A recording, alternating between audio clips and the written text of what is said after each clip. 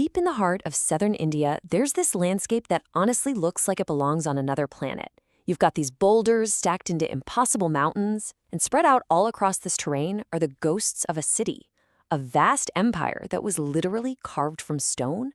This is Hampi, and its story is one of absolutely incredible heights and a truly devastating fall.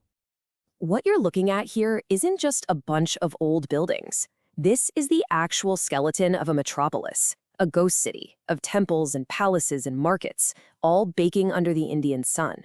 You can almost feel the scale of it, right? Just stretching for miles in every direction. It's so quiet now, but this place was once absolutely thrumming with life. And that right there is the big question, isn't it? When you see a place this magnificent, this grand, just lying in ruins, you have to ask, what on earth could cause a city this powerful to just vanish? Well, let's find out. To really get what was lost here, we first have to wrap our heads around the sheer scale of what's still standing.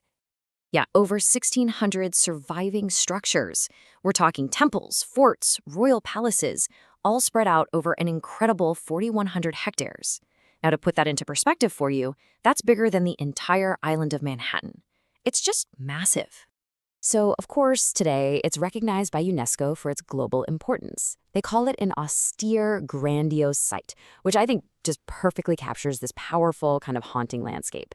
This is the final testament to the last great Hindu kingdom in this part of India. But here's the thing, the story of Hampi doesn't actually start with the empire. Nope. To really understand this place, we've got to go much deeper into the world of myths and ancient beliefs that made this land sacred in the first place. Even the name itself tells a story. See, Hampi is just a version of the local word Hampe, which comes from Bumpa. And Bumpa was another name for the goddess Parvati, one of the most important deities in Hinduism. The nearby river was even named after her. So the legend goes that the goddess Parvati, in her form as Pampa, came to this very landscape to perform this intense meditation on a place called Hemakuta Hill. And what was her goal? To win the love of the ascetic god Shiva. Well, she eventually succeeded, and he became known as Pampapati, which means the husband of Pampa. This divine love story basically consecrated the land, turning it into a holy pilgrimage site long before any kings ever built their palaces here. And if that wasn't enough, the mythological roots here go even deeper. The whole region is also believed to be the legendary Kishkinda, the kingdom of the monkeys from the famous epic the Ramayana. This is supposedly where the heroes Rama and Lakshmana met the monkey god Hanuman. So yeah, this place is woven directly into the very fabric of Hindu spirituality. Okay, so we have this incredibly sacred landscape. Now, let's see how it got turned into the heart of a global powerhouse, the capital of the Vijayanagara Empire.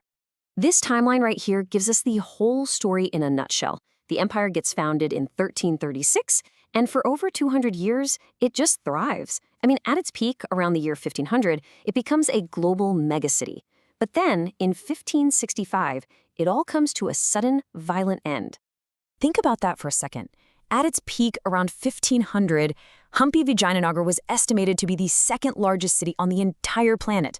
The only city bigger was Beijing. It was this buzzing, multi-ethnic metropolis and probably the richest city in all of India at the time. And hey, you don't have to take my word for it. We have first-hand accounts. Persian and Portuguese traders who visited the city were completely blown away. They wrote about its immense wealth, its bustling markets, and its absolutely breathtaking beauty. So what did these travelers actually see? Well, this is the Virupaksha temple, the spiritual heart of the city. It's a perfect example of that grand South Indian temple architecture. And what's just incredible is that it has remained an active place of worship for centuries, even after the rest of the city fell. But Hampi wasn't just one style, not by a long shot. Just look at the elephant stables. You see those elegant domes and arches? That's a clear Indo-Islamic influence. It shows that the Vijayanagara Empire wasn't isolated. It was a cosmopolitan society, absorbing all kinds of different cultural and architectural ideas. This wasn't just for show. It was a statement of power and confidence from an empire that knew how to take the best ideas from everyone. And, maybe nothing shows this amazing fusion better than the stunning Lotus Mahal. It blends the traditional multi-layered roofs you see in Indian temples with the arches and symmetry of Islamic design. It's this unique syncretic style that really came to define the architecture of this incredible empire. So you have this empire, wealthy, powerful, cosmopolitan. You're probably thinking, how could it possibly collapse? Well, the end was every bit as dramatic as its rise was spectacular. The turning point was one single, absolutely catastrophic event, the Battle of Talikota. In 1565, a powerful alliance of neighboring sultanates all ganged up against the Vijayanagara Empire, and in one decisive battle, they won. And what happened next? Well, it's the reason we see ruins today. The victorious armies marched on the capital. For 6 agonizing months, the city was systematically plundered, looted, and set on fire. After 2 centuries of brilliance, the light of Hampi was just extinguished. The city was abandoned, and it would never recover. But that's not where the story ends. Not really. The city was destroyed and forgotten for centuries, but its legacy, carved right there in stone, was just waiting to be rediscovered. Just look at this comparison. It's amazing. On the left is a photo of the famous stone chariot at the Vittala temple, taken way back in 1856. The whole site is overgrown, wild, almost lost to nature. And then on the right, you see the very same chariot today, all cleared and preserved. This visual tells the entire story: abandonment, rediscovery, and the massive effort to save this piece of history.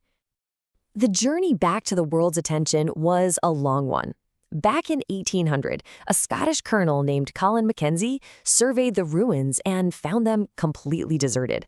Then, in 1856, came the super important photographs by Alexander Greenlaw. And finally, in 1986, Hampi got the global recognition it deserved as a UNESCO World Heritage Site. So Hampi today, it isn't just a ruin. Not at all. It's a place where history feels completely alive. It's still a site of active worship, a destination for pilgrims, and a powerful, silent testament to a civilization that shone so brightly before its sudden fall. Hampi's story is this incredible reminder that even the greatest cities can fall, and their stories can lie dormant for centuries, just waiting for someone to retell them. And it kind of leaves us with a final question, doesn't it? What other forgotten histories lie hidden in the ruins all around us?